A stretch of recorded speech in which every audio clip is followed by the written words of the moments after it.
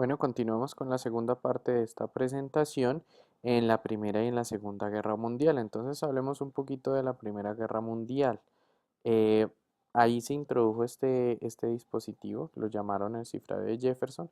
Básicamente consistía en una serie de rueditas donde yo escribía el mensaje y lo leía por otro lado, y cada ruedita de estas tenía una o más permutaciones del alfabeto. Mm, Continuamos en la Primera Guerra Mundial. Recordemos que la Primera Guerra Mundial se había iniciado en Europa y Estados Unidos se había mantenido neutral. Sin embargo, los alemanes enviaron a México, recordemos, México recientemente había perdido los territorios de Texas, de Nueva México, de Florida, de California, y entonces los alemanes, aprovechando esto, le enviaran un mensaje invitando al gobierno mexicano a que iniciara una guerra con Estados Unidos. Esto para prevenir que Estados Unidos iniciara guerra contra ellos. ¿Vale? Este mensaje fue interceptado por el servicio de secreto británico, porque además había sido enviado a través de Estados Unidos, a través de la embajada alemana en Estados Unidos. Y esto fue una de las grandes causas que Estados Unidos se viera involucrado en la Primera Guerra Mundial. Mm, Vemos aparaticos que se comienzan a usar, aparaticos como estos, donde esto básicamente es un telégrafo, donde cada letra es cifrada de una manera distinta, y lo usaron los franceses durante la Primera Guerra Mundial. También comenzó a usarse este aparato, esto ya es más de la Segunda Guerra Mundial, es una máquina de escribir que se llama Enigma. Esta máquina de escribir, cada vez que uno espicha una letra, aquí se ilumina una letra distinta. Se necesita una máquina exactamente igual para poder descifrar el mensaje. ¿Ok?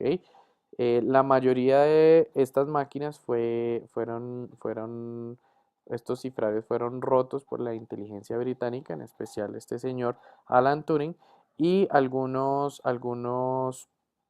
matemáticos criptógrafos belgas que viajaron desde Bélgica hasta Inglaterra después que Alemania invadiera Bélgica y luego Francia.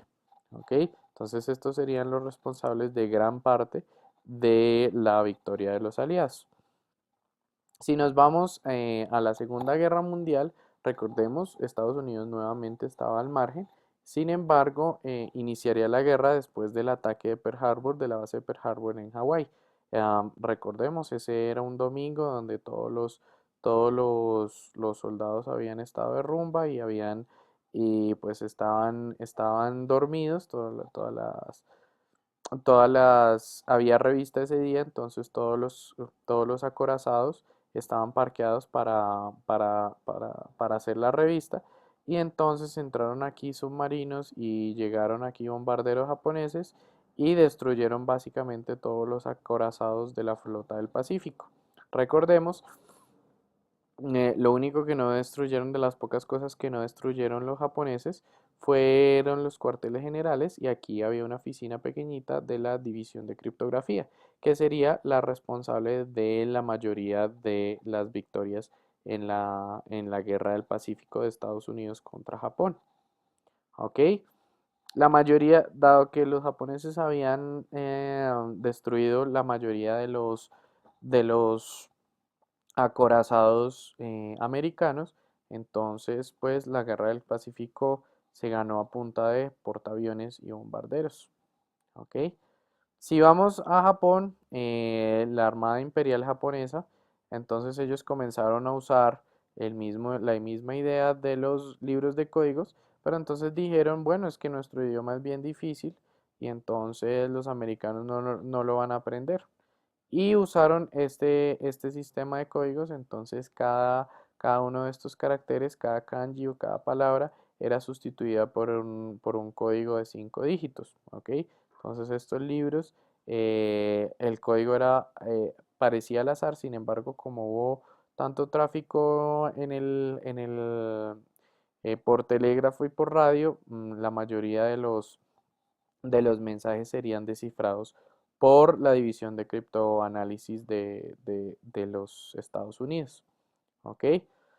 Adicionalmente tenemos este par de máquinas, bueno, esta máquina que se llama Purple o era el nombre código que ellos le ponían a esta máquina los americanos. Básicamente es un cifrario de sustitución que servía para enredar un poquito más los mensajes. Sin embargo, también fue roto por la división de criptoanálisis de Estados Unidos. ¿Ok? En cambio, los estadounidenses dijeron, bueno, nosotros ya conocemos el idioma de ellos, ellos ya conocen nuestro idioma, ¿qué tal si hacemos un código basado en un idioma que nadie conoce? Entonces, ellos se fueron allá en Estados Unidos, entre Utah, Colorado, Arizona y Nueva México, había los descendientes de una civilización, de una tribu americana de nativos llamados los navajos, y estos navajos fueron los que el idioma navajo pues tiene una fonética, una morfología, una sintaxis y una gramática totalmente diferente a cualquier otro idioma en el planeta. Y pues era muy bueno porque entonces los japoneses no tenían con qué comparar la información que descifraban. ¿Ok?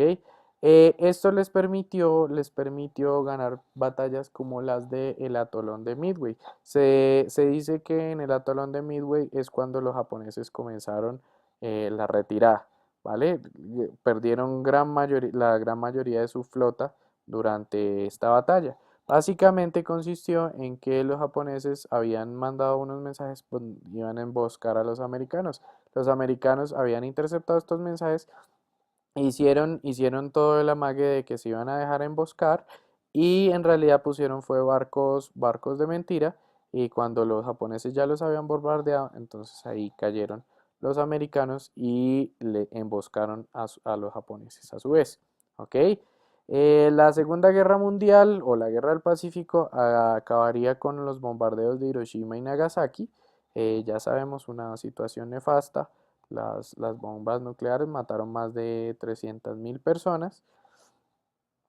Y Roosevelt, Churchill y Stalin se encuentran en Alemania. Churchill y Roosevelt venían por el frente occidental, Stalin venía por el frente oriental. Se encontraron y firmaron la paz y dijeron, bueno, ¿cómo nos vamos a repartir la Alemania? Entonces negociaron la repartición de los países del eje y comenzaría lo que se llama la Guerra Fría, ¿vale? Entonces hubo paz durante unos años, pero entonces comenzó una guerra que no tenía conflictos abiertos, sino eran un montón de conflictos regados a lo largo del mundo, y entonces comienza a hablarse de programas nucleares, comienza a hablarse de programas espaciales, quién llega primero a la luna, comienza a hablarse de espías, ¿ok? Y entonces comienza a salir este sistema que es el único que es demostrado matemáticamente que es seguro, es el One Time Pad. El One Time Pad, entonces los espías soviéticos lo que hacían era que recibían cada uno de estos un librito con un montón de números y de letras al azar, ¿vale? Cuando cifraban su información, cada vez usaban una clave que era la clave era cada página, ¿vale? Una vez la usaban, quemaban la página y la siguiente vez usaban la siguiente página. Esto hacía que la clave de cada mensaje fuera distinta, lo cual aumentaba mucho la seguridad. En la práctica, varias veces esta clave fue usada muchas veces, lo cual permitió a la inteligencia americana interceptar mensajes de espionaje sobre los programas nucleares y sobre los programas espaciales. ¿Ok? También tenemos esta máquina de escribir, la Sigaba. Sigaba pues era una máquina de escribir que lo que hacía era básicamente cifrar la información. Hasta su tiempo de uso se cree que no fue rota, sin embargo pues no sabemos qué dice la KGB al respecto. También tenemos que hablar de la guerra de Vietnam. Los únicos que dicen que ganaron la guerra de Vietnam fueron los productores de Rambo. En realidad, pues el ejército americano se tuvo que enfrentar contra las guerrillas de Vietnam y pues no salió muy bien librado. Y tenemos se usaba este aparato, en realidad es un codificador de radio. Entonces aquí tenemos la primera idea de una clave que es, digamos, enchufable. Entonces aquí la podemos poner en el radio y enviamos una información codificada. Al otro lado tienen que tener un aparatico de estos parecido para poder decodificar la información. De tal manera que si el Vietcong capturaba el radio y capturaba este aparato, pues no podía descifrar información porque este aparatico pues sencillamente se podía usar cualquier otro. ¿Ok? En la criptografía moderna pues hoy hablamos un poco más de matemáticas, de cifrarios de sustitución y permutación, de revolver bytes y bits. Hablamos un poco de estos tokens, por ejemplo, de password de un solo uso, de computación de alto desempeño, de matemática avanzada, de curvas elípticas, de teoría de grupos y por supuesto de certificados digitales, ¿ok? Pero bueno, esto ya es otra historia para otra presentación. Muchas gracias.